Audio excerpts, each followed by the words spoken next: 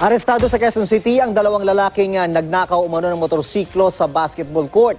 Nagbabasketball lang daw noon ang biktima nang salisihan siya ng mga suspect. Ang mainit na balita, hatid ni Von Aquino.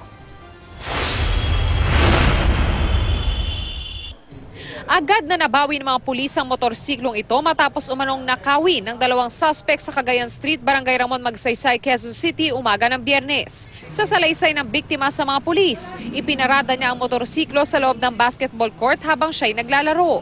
At matapos ang ilang minuto, dito na raw niya nakitang inilalabas na ng mga suspect ang kanyang motorsiklo. Dahil sa pangyayari yun, sumigaw po siya ng malakas at narinig po ng ating mga beat patrollers na nagpapatrolya sa lugar ng pinangyarihan po. At agad namang nagresponde yung dalawang pulis po natin at nahuli po yung mga suspect. Arestado ang mga suspect na kinilalang sina Jexter Belizon at Ricky Bacoy. Itinanggi naman ng mga suspect ang alegasyon. Hindi naman po na nakawin sana. Ano nangyari? Balak lang po magnakaw ng pera. Ng pera? Pero tinangay niyo raw yung motor eh. Hindi po. Hindi naman po namin nadala yung motor eh. Hindi po kasama siya lang. Dinamay niya po ako. Pero magkasama raw kayo kanina. Hindi po. Pero kahit ano pang pagtanggi, mahaharap pa rin ang mga suspect sa kasong carnapping. Kanyang aligasyon lamang po yun, ma'am.